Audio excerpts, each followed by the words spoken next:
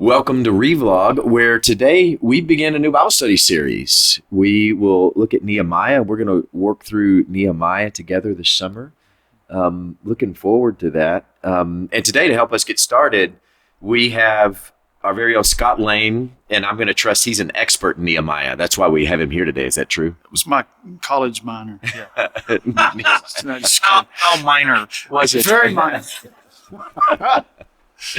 No, Pastor Aaron is out on vacation. We're grateful that he gets to do that. So Scott's filling in today as we jump into the study. I am looking forward to this. I think this is going to be a good study to help us understand the restorative character of God. Mm-hmm. God is one who's constantly rebuilding, restoring, bringing his people back, and building his people up. Brian, what do you hope for in this whole Nehemiah study? I mean, what are you hoping for as we come to this? I hope we will learn to see walls here not as a way to exclude ourselves and to keep people out, but to, I'm going to pick up on that word you used, but to restore strength and to make possible robust life. Yeah, amen. Which is what they're looking for here, right? Robust life at home.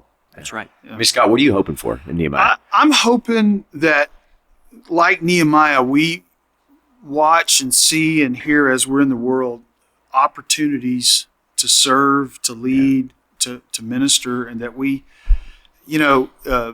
talk about spiritual eyes, but having that in everyday life where, we can sense and see opportunities for God to use us in new and different kinds of ways. Yeah.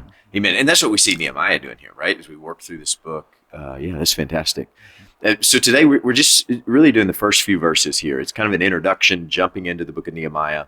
We'll go chapter 1 through 3, and verse 11, and then we'll finish up chapter 1 next week. But these first few verses, Brian, help us jump into the text, the context here in these first few verses in Nehemiah.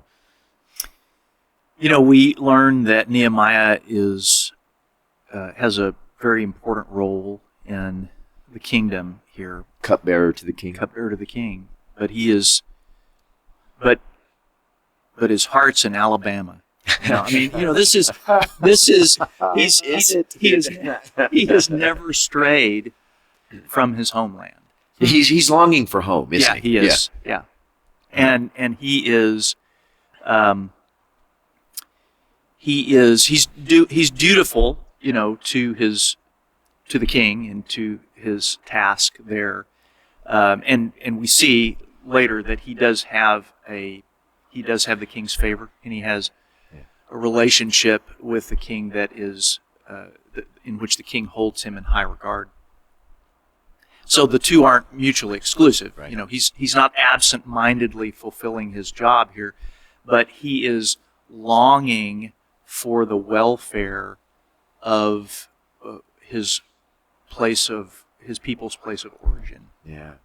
I mean, he is living out that bloom where you're planted role, but still has this sense of which is what Jeremiah, which you called him to do, and he's living that out faithfully, but knows there's something more, there's something greater, that even God has in store for them to go home. He has his sense of home is larger than homesickness. It is he really believes that the Lord is at work for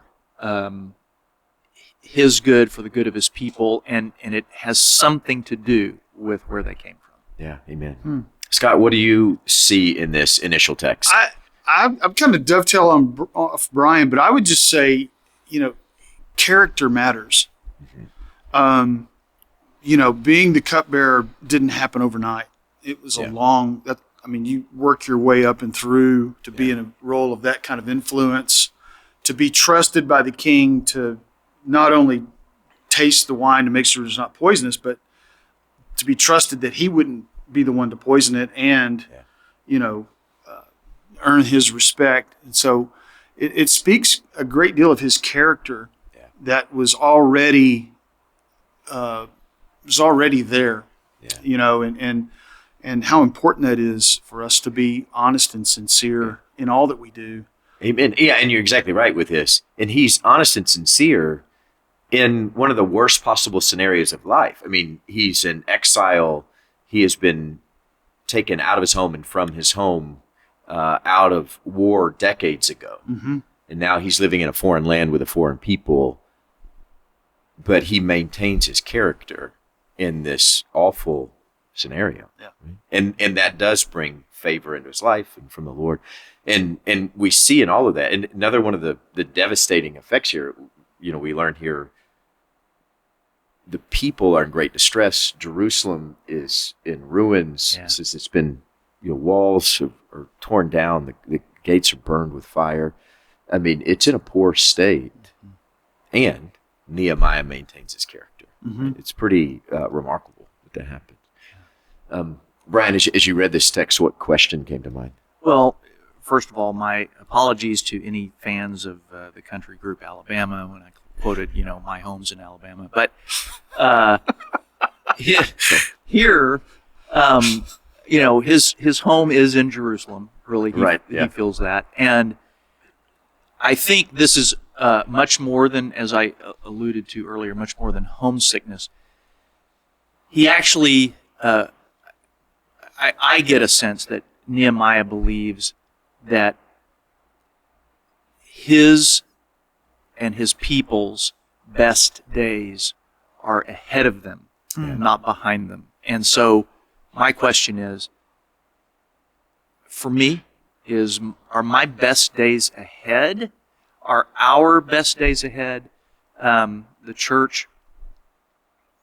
And I think there's a lot riding on how we answer that. Yeah. And there's a lot that will affect how we answer that. Yeah, and that's a matter of faith, isn't it? Is my hope in the believe it is. Lord and the Lord's story and future that he has in store for us.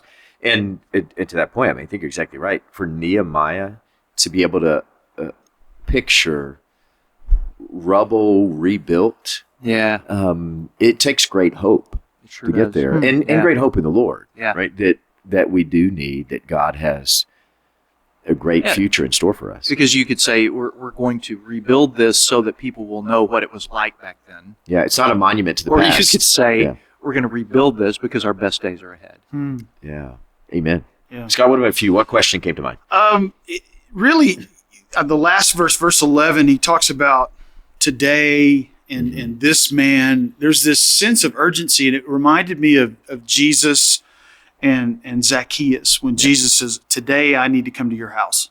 Yeah. And there was this spiritual urgency all of a sudden that Nehemiah feels. And I just wonder, for me, as I look, as I pray, as I listen to the world and people around me, am I open? Am I flexible for a new ministry, for a new friend, for a new a new neighbor? Am I willing to have a new season, a new chapter? Just all of a sudden he hears this news and he goes and prays, and that's next week's lesson, right? Right. But all of a sudden you sense this spiritual urgency of it's today. It's today. Yeah. And so am I willing to be interrupted for a new assignment, a new ministry, even a new insight? Can God interrupt my spiritual life to teach me something new? Amen. For me. So I want to be that way, but I wonder how easily I am. May we all be open to that, right? To what God has in store for us. And often it is surprising, and grateful for those. Amen. And we'd love to hear your thoughts as well, what you're hoping for in this Nehemiah study, what you see here in chapter 1, if you'd comment below.